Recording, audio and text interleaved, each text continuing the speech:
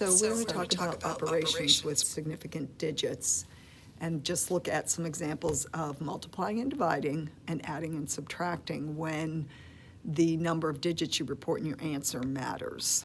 So let's look at some examples for multiplication and division. So the rule when you multiply and divide is that your answer will have as many significant digits as the number with the fewest significant digits that you use in your calculation. So if we look at the first example and we start with the top number, the 4.025, take a minute and ask yourself how many Sig Figs that has. But if you see that we don't have any leading or trailing zeros, it should be pretty obvious that there are 4 there. Now when you look at the number beneath it that we're multiplying it by, you have 2 leading zeros, and those are never significant. You have a trailing 0 also, but you have a decimal point, so that 0 counts. So the 3 and the 0 after the 3 count, and so that gives you 2, not 3. Let me fix that. So you have 2 Sig Figs there. So that means that when I do this multiplication, my answer can only have 2 significant digits. So you might want to stop the video and do the multiplication and just see what you get. When I put this problem into my calculator, I'm getting the answer 0.12075. Now that's a whole lot of digits, and I'm only allowed to have 2 significant digits. So I'll keep the 0 to the left of the decimal because that's not significant. I'm going to use the 1 and the 2, and that's it. I can't go any further than that.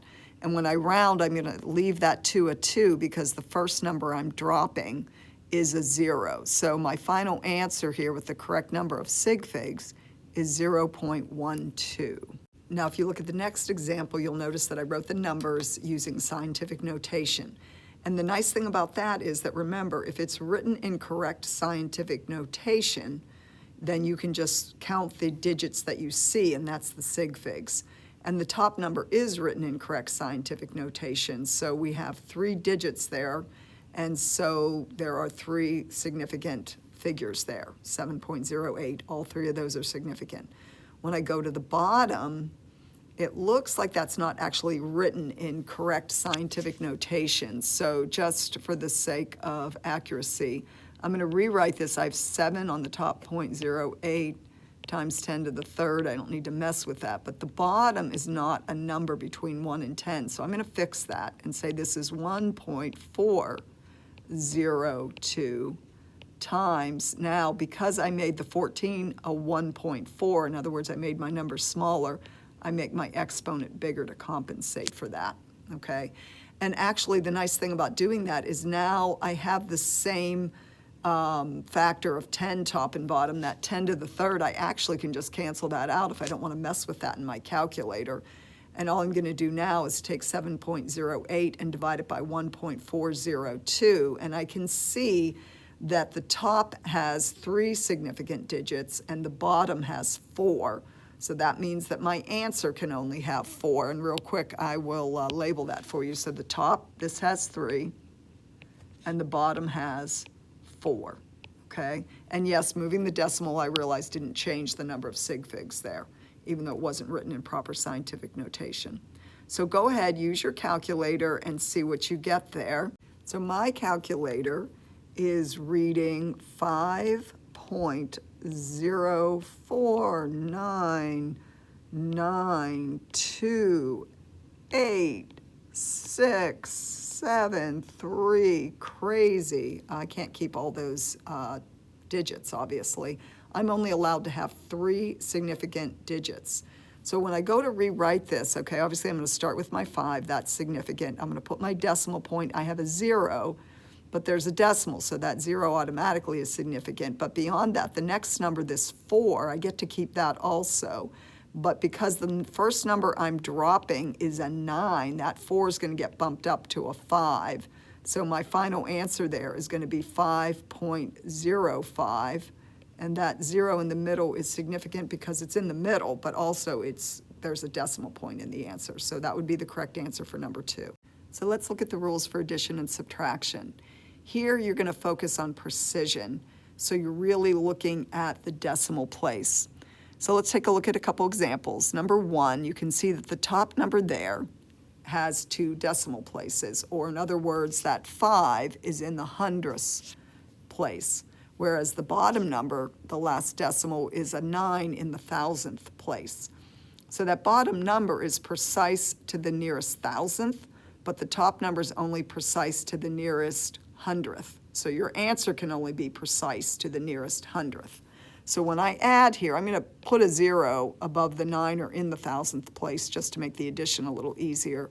But I'm going to remember that I'm only allowed to be precise to the nearest hundredth. So I'm going to add and get a 9, 7 and 2 is 9 again. Oh wow, bunch of 9s. So, and then 2 and 15, of course, would be 17. So I have this answer, 17.999, but I'm only allowed to carry 2 decimal places or go out to the nearest hundredth. So that means this 9 in the thousandths gets dropped. Well, that would round the next 9 up to a 10, and that would round the next 9 up to a 10, which then rounds that 17 up to an 18. So you want to give your answer as 18.00, and yes, those 2 zeros matter. If you report your answer as just 18, you're going to get it marked wrong, okay? So pay attention to the precision of your answer. Now, if you look at number 2, this one could actually be a little bit tricky because these numbers are written in scientific notation. So when you look at them in scientific notation, it looks like the top number, the 4.58, is the more precise number, but it actually is not. And to see that, you need to write these out in standard form. So if I take that 4.58 and I write it in standard form, I'm multiplying by 10 to the 4th or 10,000, which means I'm going to move the decimal 2 places and then tack on 2 more zeros. So this is going to be 458 followed by 2 zeros. So remember, this number only has 3 sig figs, which means it is only precise to where that 8 is, which is in the 100 place. So this is only precise to the nearest 100. Now let's look at the bottom number. If I multiply by 100 there, because that's what 10 to the second is 100, then I'm going to be subtracting 1, 2, 1, 0, or 12, 10, right? Well, this is precise to the nearest 10, but that tells me that the least precise number is the top number.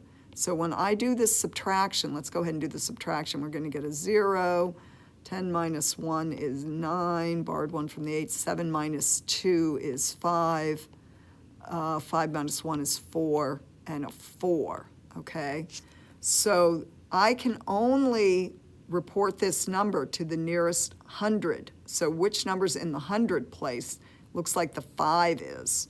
So the first number I'd be dropping is that 9, which means I have to round up. So I would actually report my answer as 44600, or 44,600. If you wanted to write that in scientific notation, you would actually be writing it as 4.46. And so then that's going to be times 10 to the 4th. So you do end up getting to carry 2 decimal places here. But what's interesting is if you talk about the precision of the numbers, when you look at them initially in scientific notation, this is what I wanted to point out, that the number that only had 1 decimal place was actually the more precise number. So just be aware of that. And there is another way to do number 2. It's a method some of you might prefer, where you actually keep everything in scientific notation. That is not the way the book does it. But if you're interested in that method, I'll show it to you next week in class. So on this page, you can see that you have 5 problems that I've typed out for you. And then the rest of the problems are out of the book. They're on page 161. It's numbers 59 through 60. And so if you take a look, you can see there they are. These will be posted on Canvas for you also. Let me know if you have any questions.